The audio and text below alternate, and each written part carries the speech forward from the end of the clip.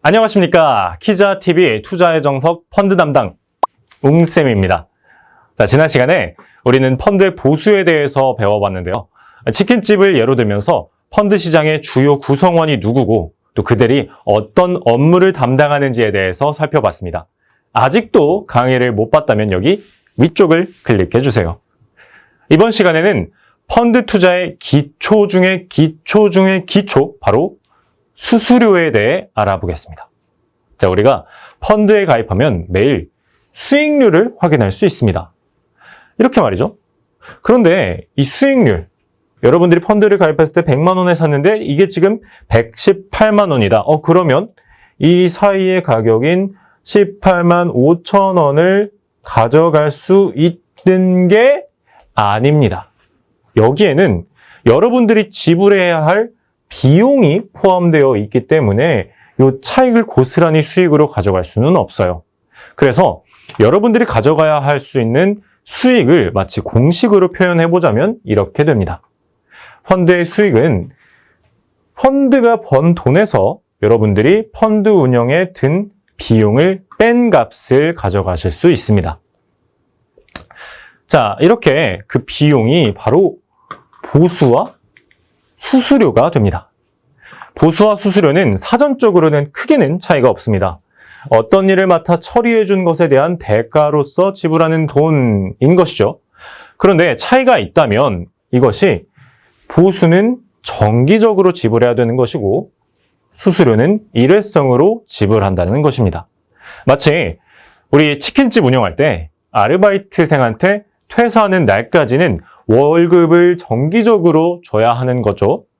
그에 반해 수수료는 누군가가 예를 들어 중개 같은 거를 해줄 때 그 회사에 내는 것인데 말 그대로 일회성 비용입니다. 여러분들 부동산 거래할 때 지불하는 복비와 같다고 이해하시면 되겠죠. 자, 왜 펀드를 가입해야 되는데 이 펀드 가입할 때 비용을 내야 되는가라고 묻는다면 펀드 역시 금융 상품이기 때문에 그에 대한 정당한 가치를 지불하게 되는 것이죠. 자산운용사가 만든 펀드는 은행이나 증권회사가 대신 팔아주게 됩니다. 은행이나 증권사가 펀드를 중개해주는 것과 같은데 이를 통해 지불되는 것이 바로 수수료입니다. 자, 수수료에는 총 3가지가 존재합니다. 선취 판매 수수료, 후취 판매 수수료, 그리고 환매 수수료가 있습니다. 자, 선취 판매 수수료는 펀드에 가입할 때 먼저 내는 수수료고 후취 판매는 나중에 내는 수수료겠죠? 그런데 같은 1%지만 선취 판매 수수료와 후취 판매 수수료는 실제로 내야 되는 비용은 다릅니다. 자, 예시를 통해 한번 알아볼까요? 만약에 100만 원을 투자했을 때 선취 판매 수수료가 1%라면 실제로 투자하게 되는 금액은 자, 100만 원에서 1%인 99만 원의 차익을 만 원으로 비용을 제출해야 되는 거죠. 자, 그런데 만약에 이 투자한 100만 원이 200만 원이 된다면? 그러면 200만 원의 1%인 2만 원을 후취 판매 수수료로 지불을 하셔야 합니다. 자, 이렇기 때문에 각자의 투자 성향에 맞게 이 선취 판매 수수료와 후취 판매 수수료를 잘 고려하셔서 상품을 선택하시면 됩니다. 자, 여기에 더해서 환매 수수료라는 것이 존재합니다. 대부분의 펀드는 운용의 안정성과 투자자 간 형평성을 유지하기 위해 일정 기간 이내에 환매할 경우 환매 수수료를 부과하고 있습니다. 수수료 부과 기간 이내에 환매할 경우 운용상에 제약을 줄 수 있고 이 때문에 펀드에 남아있는 다른 수익자들한테 손해가 갈 수 있으니까 이에 대한 일종의 안전장치로서 환매 수수료를 부과하는 것이죠.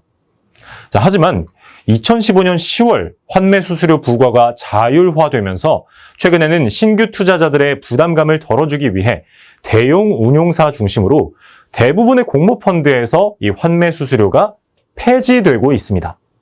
그러나 펀드의 전략상 안정적인 운영을 위해서 환매 수수료가 유지되는 곳도 있으니까 무엇이 옳다 그르다 판단할 수 없지만 자신이 투자하려는 펀드의 수수료 체계가 어떻게 되는지를 확인하는 건 꼭 필요한 습관이라는 걸 잊지 마시기 바랍니다.